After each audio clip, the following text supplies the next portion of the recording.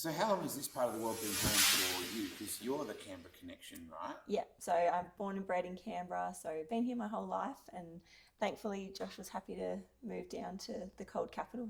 Yeah, I moved down here about 12 years ago from the Gold Coast. The rest of the family's still up there. Yep. But yeah, I'm freezing my butt off down here in Canberra with Kels. So You've got the Canberra tan rolling there, mate. yeah, I'm glad you noticed that, Wade. So that's what love does, right? Yeah, that's what love does. Yeah. So exactly. if you think back to that pivotal moment when you first gazed across at each other across the lanes for the first time, it's incredible how life pans out. Did you have any feeling at all that, ooh, this is going to be something? Or did you just go, oh, he's cute? Kels, like, how did it roll for you? I was pretty smitten with Josh. So we actually knew each other for a couple of years, just racing juniors together, before we actually started dating. But once we started dating, which was at the 2009 Nitro Champs. So it was your anniversary the other day. It was at, 16 years, which is a bit terrifying. But as soon as we started dating, I definitely feels a bit cliche, but I feel like that I knew from then that he was my person, and he has always been since then. So you raced against each other? We did, yeah. So what was the win-loss ratio here? Oh, we're not going to count that, Wade. Otherwise, I'll be sleeping outside. My poor dad drove me all the way to Willowbank to go and race up there for the first time. It was my first time racing up there. And we got paired up together in round one, which I think was actually intentional by our friend, Josh's best friend. So, look, Josh took home the win. He put you on the trailer that whole trip from Canberra. And she's still here. Which says more about her than it says about you. Yeah. It's a great story. And you have so many similarities, like third generation, grandfathered in, literally. Yep. Tell me about the history of your family. So my great uncle and my grandfather both raced back in the 60s. So my great uncle Dennis, he also had a T-bucket altered, which is pretty cool to sort of look back at the photos now and see how we've carried that tradition on. And my father, Daryl, he then started racing in the 90s and is still racing. This is his race car here. Even when I was little, I always knew that I wanted to be a racer, much to poor mum's disgust. It's just fortunate that I've had both of our families to support me in what I love doing. Clearly, I mean, she couldn't have been surprised. No, I don't think so. But and look, she is one of my biggest supporters as well. I know that it terrifies her, but I know that she knows how much I love it, and she wouldn't want me to do anything else at the same time. I've talked a lot about your branding. It's super cool. It's so much cooler than his branding. I'm sorry, but the whole, I just looking at right there, the whole Gascal thing and the idea of the white singlet, the race suit, like the whole bit is just such a cool vibe. Like, where did you come up with that? So when we bought the car, I really wanted to create a character or a persona that would connect with girls, and just when I'm driving around the pits or on the track, I wanted it to sort of get that attention of girls and think, hey, I can do that too, or I want to get into racing, or I just want to know more about it. So I think having the persona of Gascal has been one of my greatest achievements in racing, and something I'm really, really proud of, especially the last couple of years, because I can see it connecting with people, connecting with girls, or encouraging those little girls to either do something similar, jump in a race car, or just be interested in drag racing. And if we can continue to promote the sport and that next generation, it's something else I'm really passionate about. I love seeing the other day, Brooke Rapasada run Jess in the final like that. And there's such an intrinsic part of Rapasada Autosport, and to think they've got their own little racing career there. I mean to say little, but they've got their own passion for that. Yeah. I guess you really have to be in this sport to understand it, don't you? Definitely. And look, the girls are doing such a fantastic job, and they're doing the same thing. They're doing such a great job to promote the next generation of racers. But especially with modified racing, it's the category that I race in, and Jess and Brooke. It's a tough category, and you have to be a real racer to to race in modified and to do well, because there is no one out there that's an easy matchup. You have to be on your game at every run, every event. So yeah, we're fortunate to be part of such a class that builds such tough races. I think that's the cool thing about that class as well, and even just drag racing in general, is the car doesn't know which gender you are. Yeah. The racer in the other lane doesn't care what age or gender you are. They just want to beat you there to get to the other end. So that's what's special about this sport too. Is I think even in that weekend in modified, there was like semi-finals. It was all females. How cool is that? Very cool. And even talking to Jeremy Callahan before and saying, there's a very good chance that a woman is going to kick your ass at some point during this weekend. Lisa is doing a phenomenal job. Yeah. That whole team is just such a groundbreaking concept. It's unreal. Again, just to watch their journey, to see what a great job that they're doing. And she's, continuing to, beat the boys, and she's just doing a great job. Forget the fact that it's an all-girl team. They're just kicking butt. So it's been awesome to watch their journey. Your journey's been pretty awesome to watch in the last 12 months, mate. Thanks, Considering where it started, I mean, that first run in Sydney will be memorable for all the wrong reasons. Yep. But it still ended up okay. Yeah. Thank God. Yeah. But even watching you the other day, I'm thinking, man, this is when you ran Morris. I was like, woo. Yeah. I had major deja vu feeling. So I imagine you did as well. Yeah. Look, it's again, it's nerve-wracking to watch, but at the same time, it's like, what an opportunity, and to see the growth that Josh has made as a driver over the last 12 months is amazing. So watching a warm-up for any class is an experience, but watching watching you put an oxygen mask on to start a car, and it's normal for you guys, it's what you do, it's all part of the process, but top fuel and nitro funny car fire-ups in the pits, that's not normal. You understand that, right? It's normal to us. You're right, Wade. But 99.9% of the planet go, I'm sorry, you look like a firefighter that's running into a burning building to start up your car. Yeah. But we wouldn't have it any other way, if I'm honest, Race track on, mission on, air on.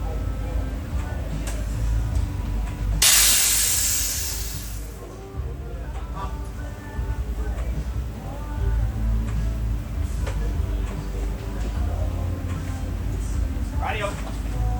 Firing.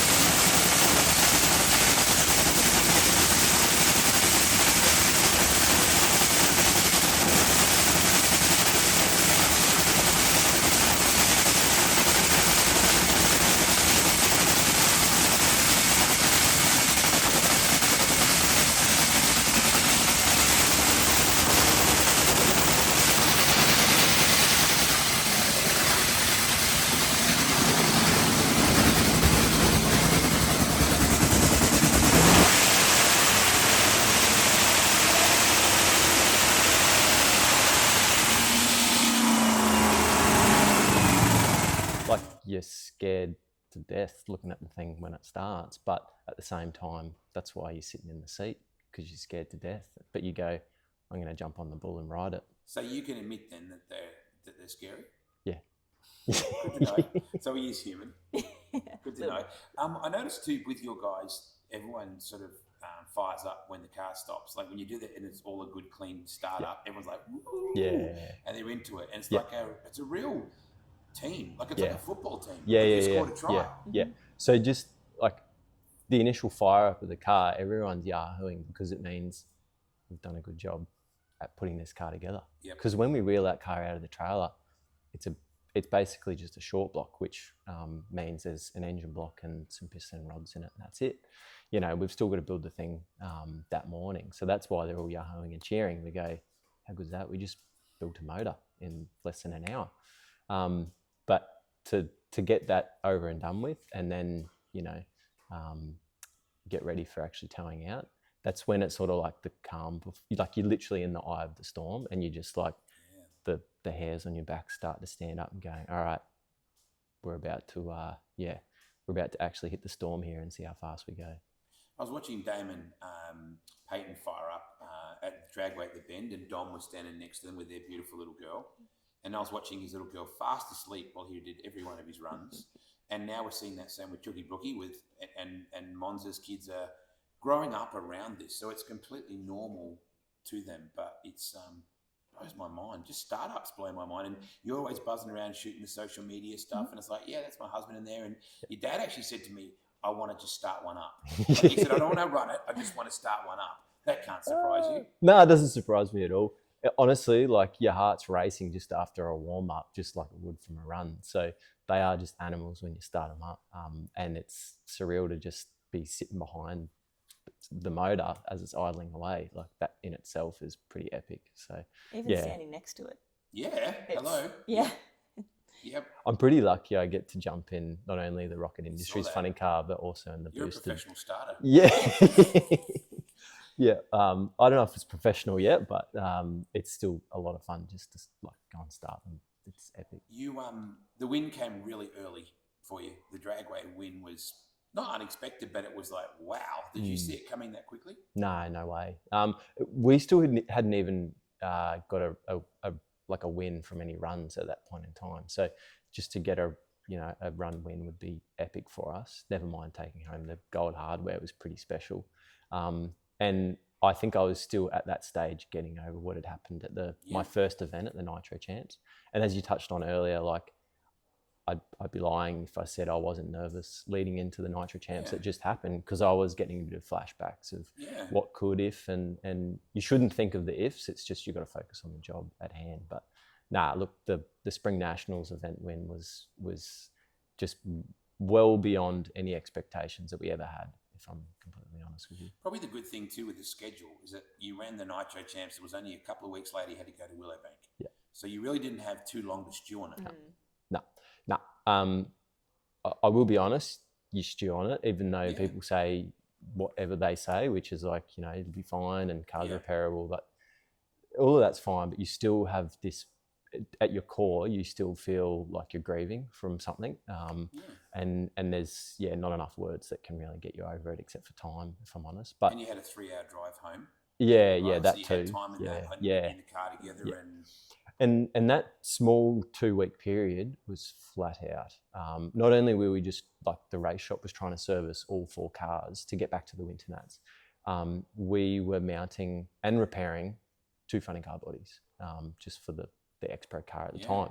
So to pull that off was pretty epic too. I spent a fair bit of time up there just trying to get, whatever it was that needed to be done, whether it was going and fetching coffees to making sure the tin work was all right. Like just, it didn't matter. I was there to help because we just wanted to make sure we made it to the winters. But such a credit to the race shop, the Aeroflow race shop boys. They just, all year, they just work their tails off, but especially in that period, such a short amount of time, and the extra work that Josh unfortunately created. Otherwise, she did a cute little laugh. Unfortunately. But sorry, fellas. They're incredible. There was a huge effort from that side of things, and also all the crew that are volunteers. They came in as well, and over their own weekend came in and helped just turn the cars around and get them loaded back up to the winters. For as much time as it takes in between runs, it's different in my world of Speedway, where you go and run your heat race, you come back, you make a few changes to the car if you don't have to change a motor or something, which is rare, and then you just go back out and hammer at it. But there's so much intensity in the rebuild and in the prep for the next run that if you stand on it and light the tyres up, I don't like to put it this way, but you'd have to feel in some way like, I just let those boys down Yeah, look, you're right. There's a lot of work that goes in to just make one run happen. A lot of parts and pieces. You have to have an inventory full of everything, basically. There's not one thing that on those cars that's not a consumable. But if I, as a driver, make a mistake, you feel terrible. Like you've let the whole crew down, including the tuners. So it is. Which you haven't, and they wouldn't see it that way. But it would be easy for you to see it that way. Yeah. And as a driver, you remember all of the things that you did wrong over the wins or the positive, things that happen throughout a weekend. It's funny how things work like that.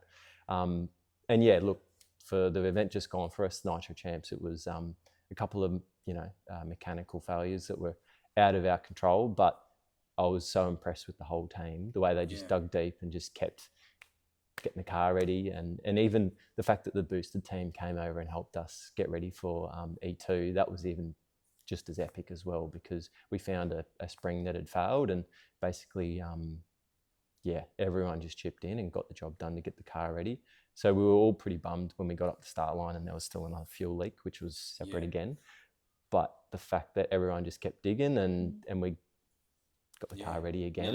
Nearly got a 3 out of it. Yeah, nearly got a 3 out of it. So it was so close to it. But hey, 4.0 at 317 mile per hour, it was 511 Ks as well. It's nothing to push your nose up at. It's Well, we're getting closer fast. and closer to the first side-by-side 3-second run outside of the US. Yeah.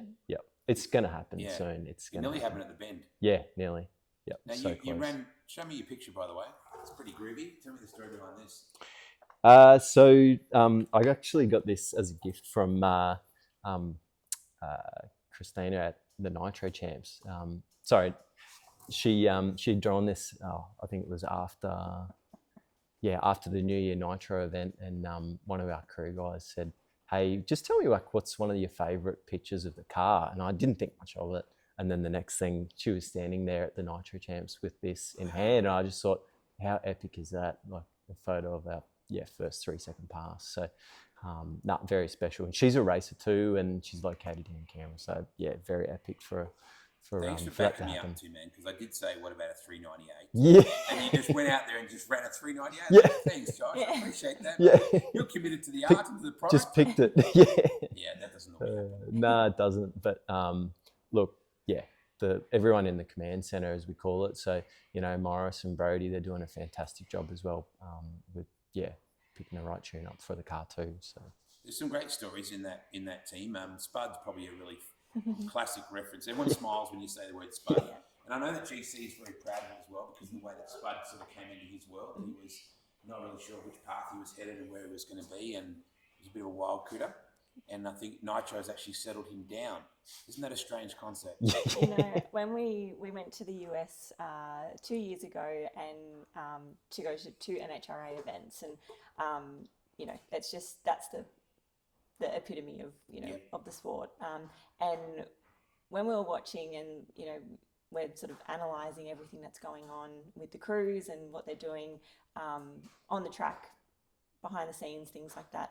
And I kept saying to Josh, everyone just needs a Spud, because the energy that Spud brings to our team, it's just, you can't even describe it. And the fact that people in the crowd are now recognising that and seeing what he brings, he's such an amazing person, but the energy that he brings to the track, to the team, it's awesome. Yeah, we need a hype guy.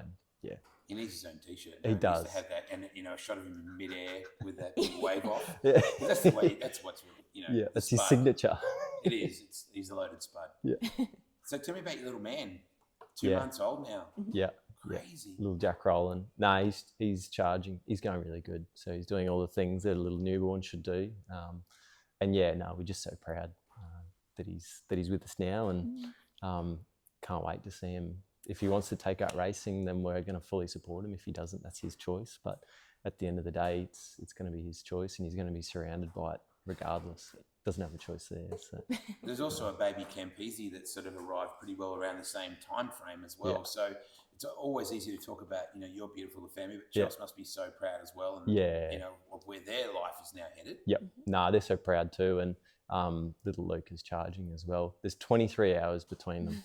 If Canberra didn't have daylight savings, they'd be born on the same day. Wow. Yeah.